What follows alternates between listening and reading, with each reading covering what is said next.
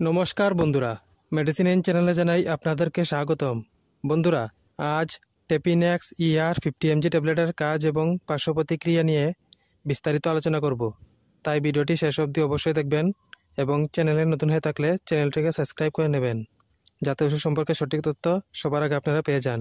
টেপিনেক্স ER50 mg tablet এটি তৈরি করেছে অজন্তা ফার্মা লিমিটেড। এটির যে উপাদান দিয়ে তৈরি করা হয়েছে তা হলো টেপিন্টাডল হাইড্রোক্লোরাইড এক্সটেন্ড রিলিজ 50 মিলিগ্রাম।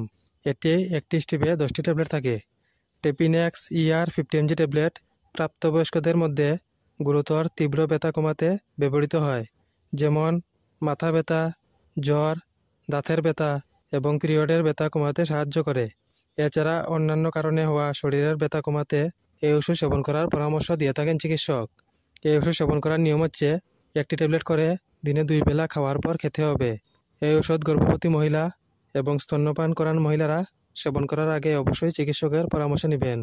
এই ওষুধ সেবনে সাধারণ কিছু পার্শ্ব প্রতিক্রিয়া দেখাইতে পারে। তা হলো বমির ভাব বা বমি, মাথা ঘোরা এবং ঘুম ঘুম ভাব। যদি এরকম সমস্যা দেখা দেয় তাহলে ওষুধ সেবন বন্ধ করে অবশ্যই চিকিৎসকের পরামর্শ নেবেন। বন্ধুরা, ভিডিও ভালো লেগে থাকলে লাইক, কমেন্ট, শেয়ার অবশ্যই করবেন। ধন্যবাদ।